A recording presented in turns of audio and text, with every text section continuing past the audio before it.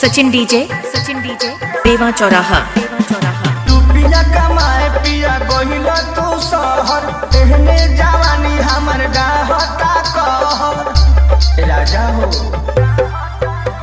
ही पिया कमाए पिया गोहिल तू शहर एहने जवानी हमर गाहता कहर होन तो दूर निभाले भरवा से होला भरवा से घरे अइबो ना बलम जे बहारवा से तो दिलावा लगाल बदवा से घरे अइबो ना बलम जे बहारवा से तो दिलावा लगाल बदवा से। सचिन डीजे बेवा चौराहा।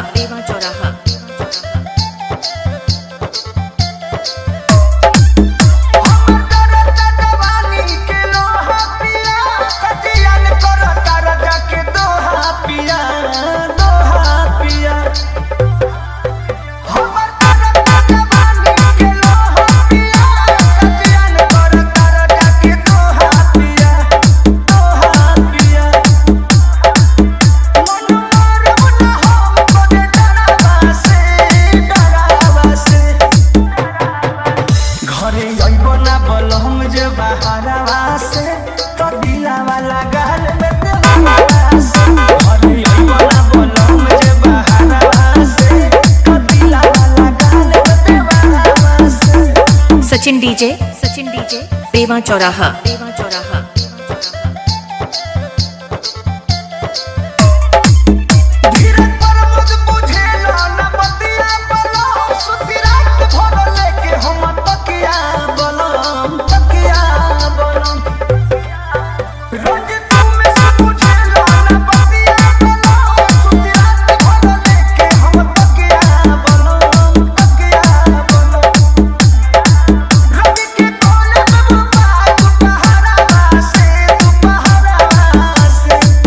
घरे अइबो ना बलम जे बहारवा से तो दिलावा लगाल बदवा से घरे अइबो ना बलम जे बहारवा से तो दिलावा लगाल बदवा। सचिन डीजे बेवा चौराहा।